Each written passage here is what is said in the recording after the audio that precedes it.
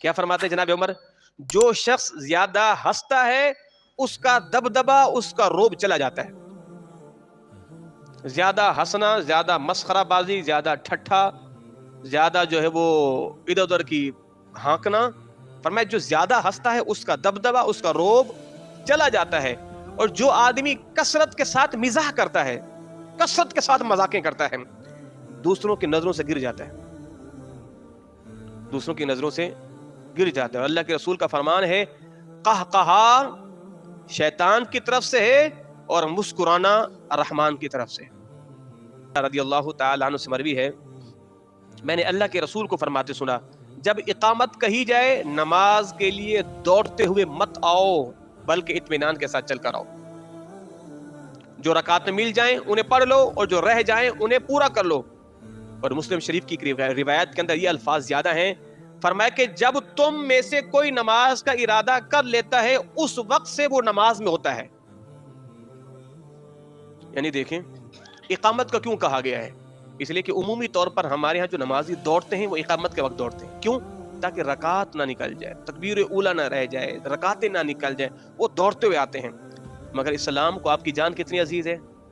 اسلام کہتے ہیں نہیں، دوڑو نہیں، آرام آرام سے آؤ، کہیں گر نہ جاؤ، کہیں چوٹ نہ لگ جائے، آرام اطمینان سے آؤ.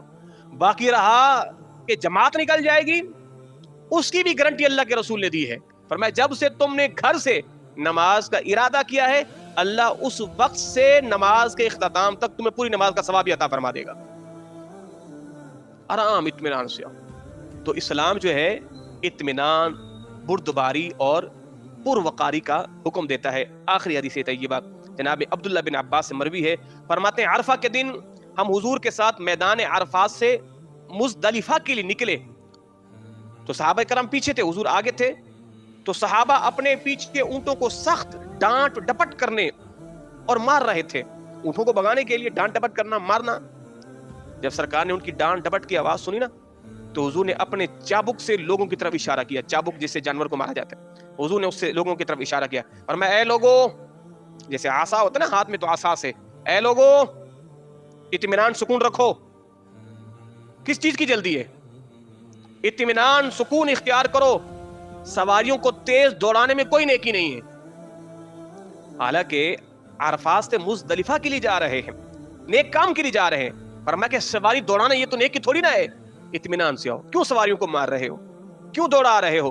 اطمینان سکون سے چلو. اللہ کو یہی اطمینان سکون پسند ہے. سواریوں کے دوڑانے میں کوئی نیکی نہیں ہے.